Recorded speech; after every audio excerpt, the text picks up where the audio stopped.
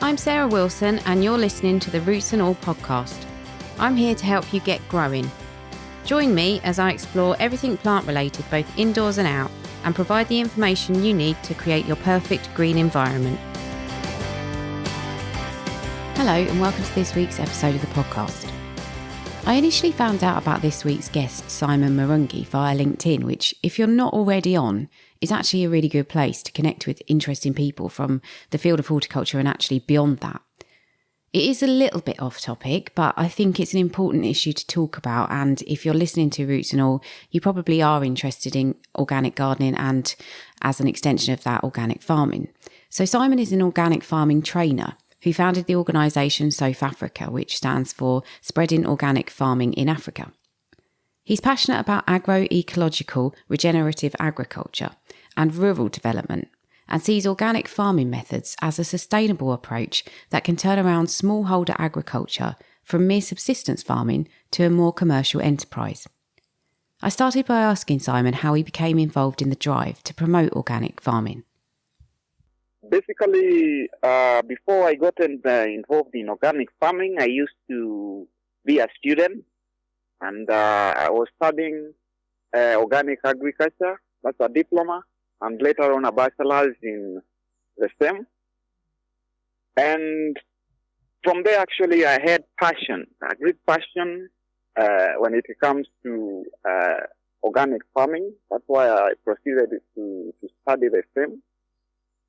Then later on, my main agenda was also, I had passion to transform the society because of the difficulties and challenges I saw them undergoing, especially during the times when there is famine, food problems.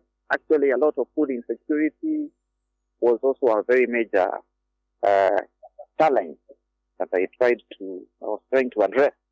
From there, after my studies, actually, I started or founded an organization called SOFAFRICA, that is initiatives for spreading organic farming in Africa. And basically, the organization is concerned with training farmers and schools on climate issues and mitigation strategies, also training them on nutrition, better ways of eating healthy food. Also, you find that in the same organization, we train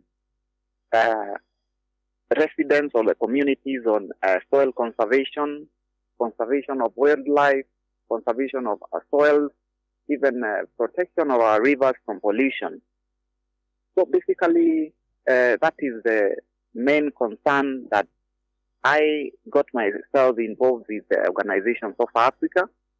And so far, I've managed to partner with various organizations, especially the UNEP, that is the United Nations Environmental Program, which is a UN body on issues regarding now conservation and even issues concerning reduction of pollution.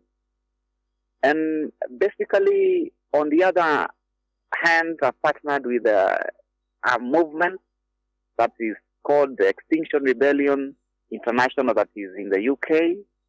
And we are really trying to come forth and create awareness on climate change issues.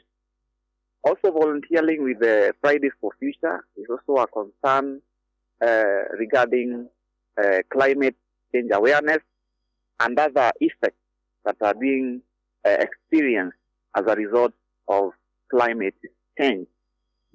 So basically, also the government, actually we are trying to lobby with the government and try to put them on board so that we can be able to initiate several programs around schools. And when I mean schools, also we have been teaming up with youth groups.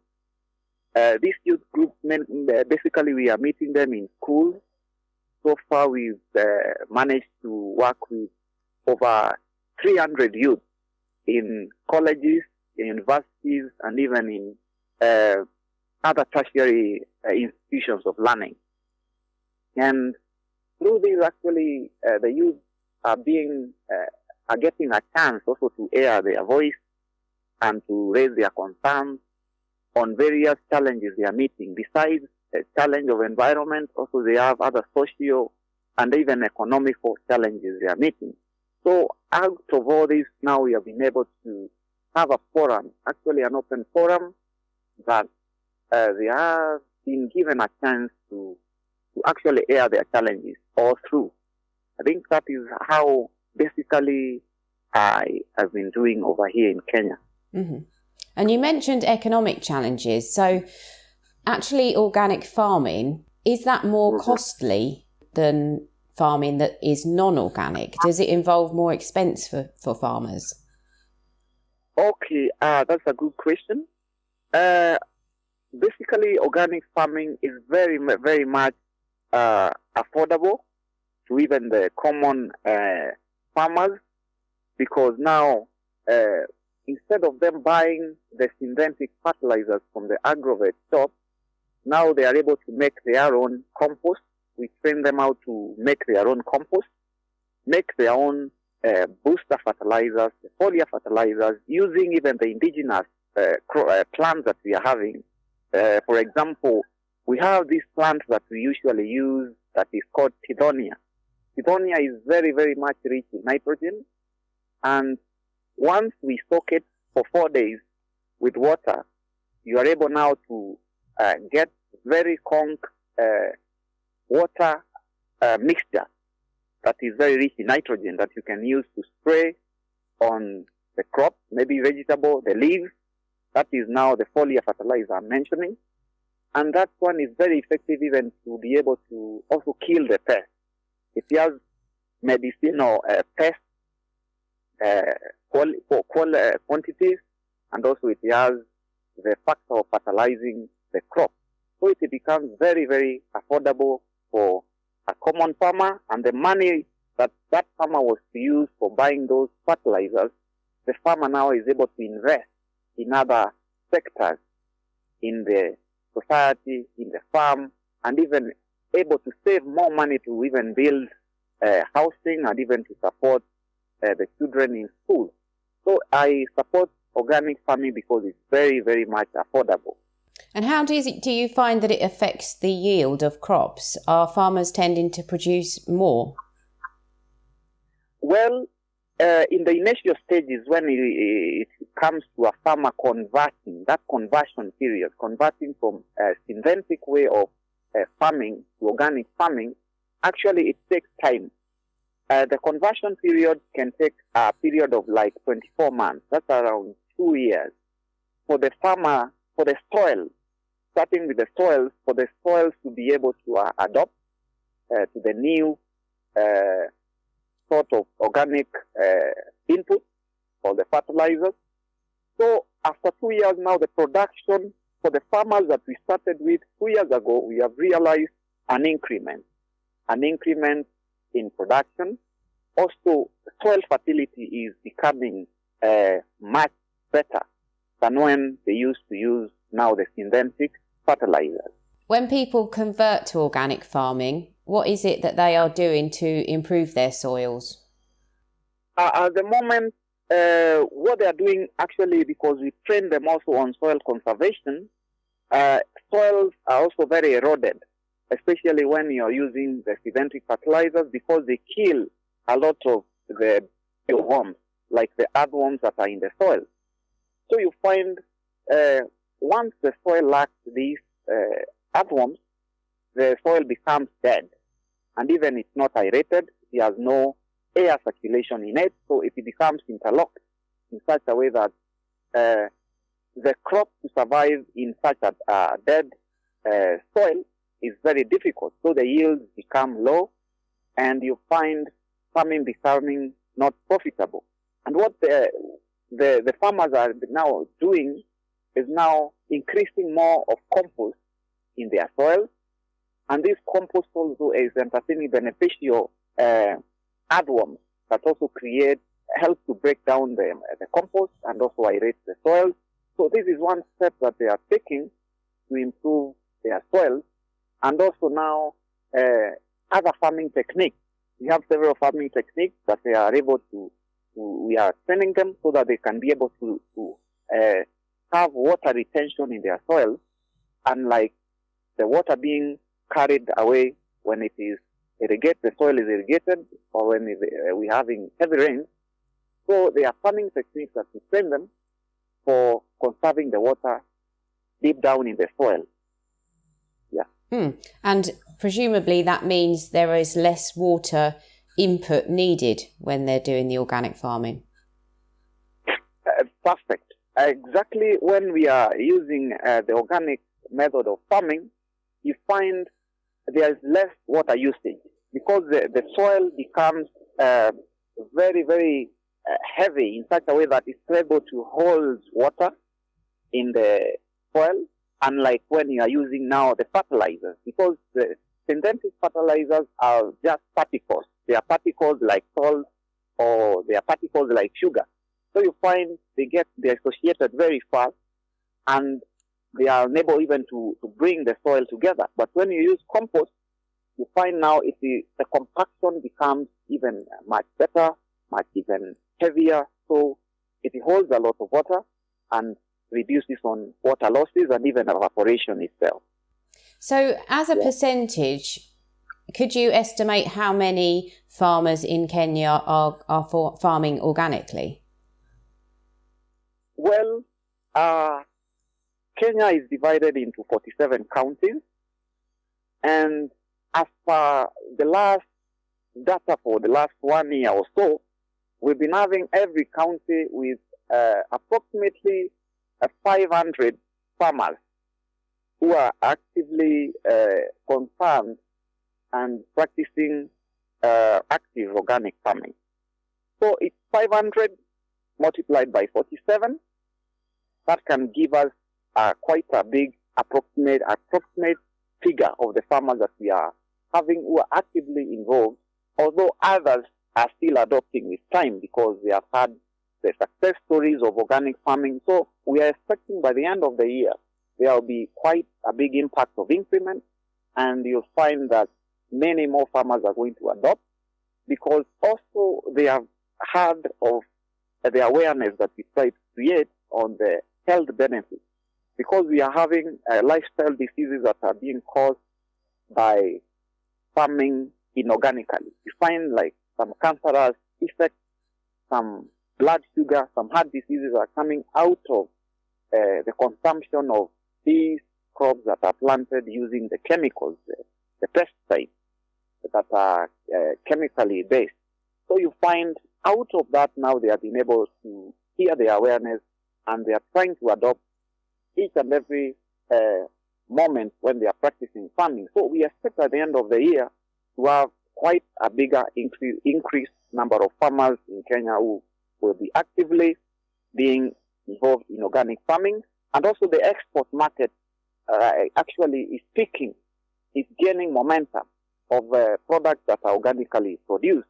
So you find also farmers are very much interested to transform from inorganic farming to organic farming, even for coffee and tea, so that they can pick a better price in the export market.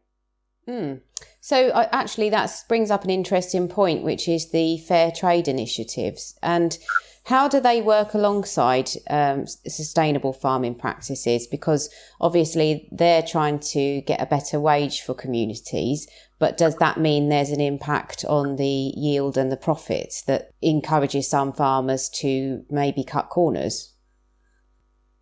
Perfect.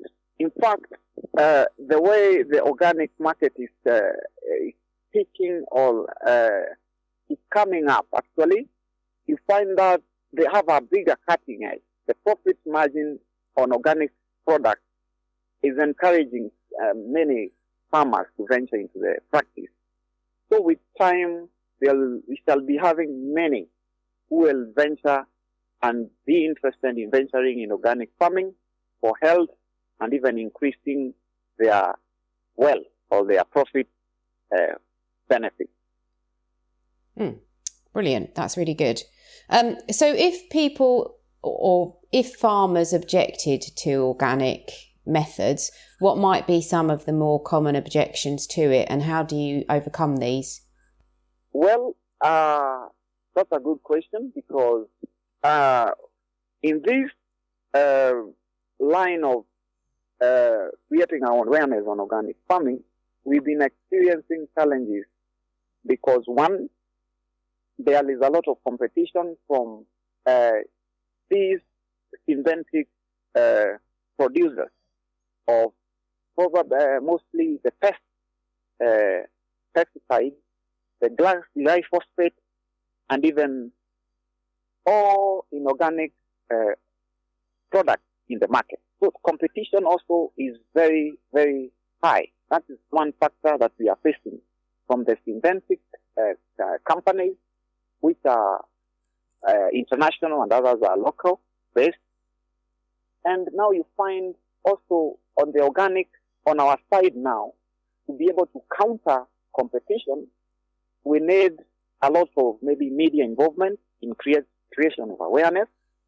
And once it comes to that, also funding also comes in hand, because for you to be able to maybe place some advertisements, some billboards to showcase how organic farming is important, also to move in this from one county to another county, trying to have several seminars, workshops, that cost comes in. So competition is a factor. Then funding actually is also a factor to be able to increase or create more awareness, of which also we've been trying to write different organizations abroad, and even local organizations funding the donors and some all that, so that we can increase the financial base, so that we can be able to venture into various different parts of the country, create the awareness. Then the third one, the other challenge is climate change, because some areas you find that after the training, yes, we train the farmers, then they start their farming, their planting, and after a certain period of time, rain becomes less. So you find now their crops dry out. A lot of it comes very high if it dries the crop. So you find that's also another challenge: climate, funding, and competition. Those are the few challenges actually that we have been facing. Also, the last challenge actually comes in when it is patience with the farmers, because the conversion period from synthetic farming to organic, to become a fully fledged organic farmer, you have to be patient for almost 2 years, so that you can start now realizing the higher profits, the production becoming higher. So those are the main challenges that I can say we are facing around. So the last but not least is the now importation. We have imports of other GMOs. GMOs are another genetically modified food, crops, and seeds from also other international countries, which also is a challenge, which also can be regulated by trying to lobby with the government. So approach to the government also is very important, so that the policies actually trying to see how they can change to some policies and try to reduce on importation of the GMOs. How easy is it for farmers to buy organic seed?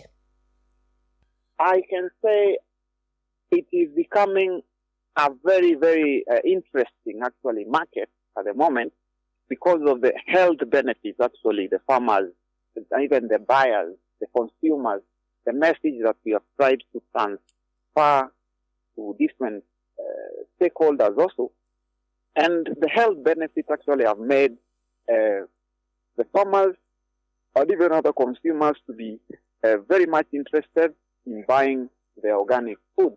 And again, they are affordable because the farmers are selling them in an affordable price, because they have not used a lot of money buying those synthetic fertilizers, those synthetic pesticides, because we have trained them how to make the pesticides, the organic biopesticides, and also the organic synthetic organic fertilizers. So they have reduced the cost on input, So they are able now to sell the organic product cheaply. So the buyers are now very much interested to buy the organic feed. I guess that's important as well, because it means you have control over your own seed supply within the country or within local areas. I can say the trend actually that we are anticipating is that these farmers can become self-sufficient, and also they can facilitate the supply of food within the country. So with that, actually this will reduce on importation of feed, because once the farmers, what has made many farmers to rely on imported feed is just that there is a lot of cost involved when doing the farming because of buying a lot of farm inputs. But now when we go organic, it becomes affordable, it becomes self-sufficient, so there will be no need to source even food from abroad. Yeah. Yes, brilliant. So what are your plans for the future, or where do you hope this will go? The focus ahead actually is under what we just trying to align with Sustainable Development Goals from the UN. Actually, I can say our vision goes up to a vision of like Vision 2030. 10 years from now, one thing we would like to have managed to have done around even 10 million tree planting when it comes to environment conservation. That means a year, 1 million trees. That's what we have proposed in our agenda. Then another thing, when it comes to nutrition, we would like to have a very much improved health sectors, nutrition-wise, people feeding much more of organic food, unlike these other synthetically planted seeds. That comes in our 10-year plan. Then another thing, economically, in fact, we want to have most farmers empowered, self-empowered, in such a way that they are able to produce their crops. They are able to market them, because we shall be assisting them to access the market, so that they can empower themselves because of the profits they have gotten, so that they can be able to invest in other different areas of health, areas of education, and also areas of infrastructure, so that they can have their basic needs met, housing and all that. Another vision is on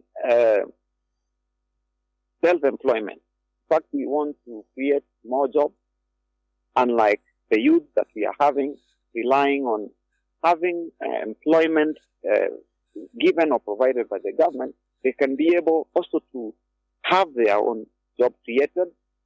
They employ also their own fellow youth. So you see, that will empower the youth. And also, this will make also the youth, because the youth are important, because they are the future of every economy in every country. So they'll be empowered. And from there, those are exactly the 10-year actually plan that we want to be having. Brilliant. It sounds amazing. And I think you're doing excellent work. So is there anything that international consumers can do to support the initiative, or is there any way that people can get in touch or help out? Exactly. That is very important when it comes to international markets or international individuals, because also we would like them to get us to source, actually outsourced market. Because you see, at times we experience surplus production over here, especially when it comes to various sort of crop or produce.